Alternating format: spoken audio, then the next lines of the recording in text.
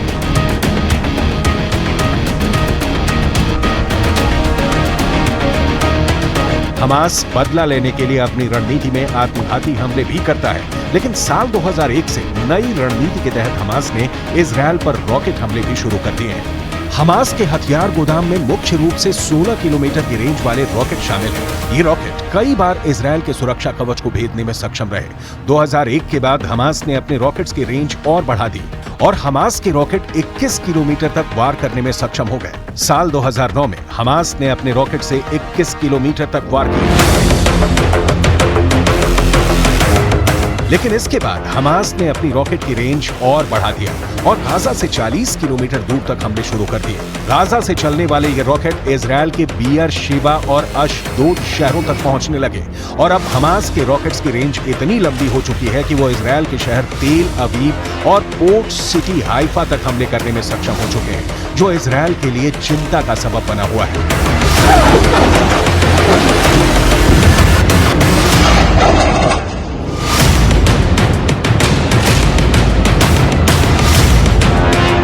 Hamas के सबसे बड़े नेता का नाम इस्माइल हनीये है, जिसको इजरायल के अस्तित्व पर सबसे बड़े खतरों में से एक गिना जाता है।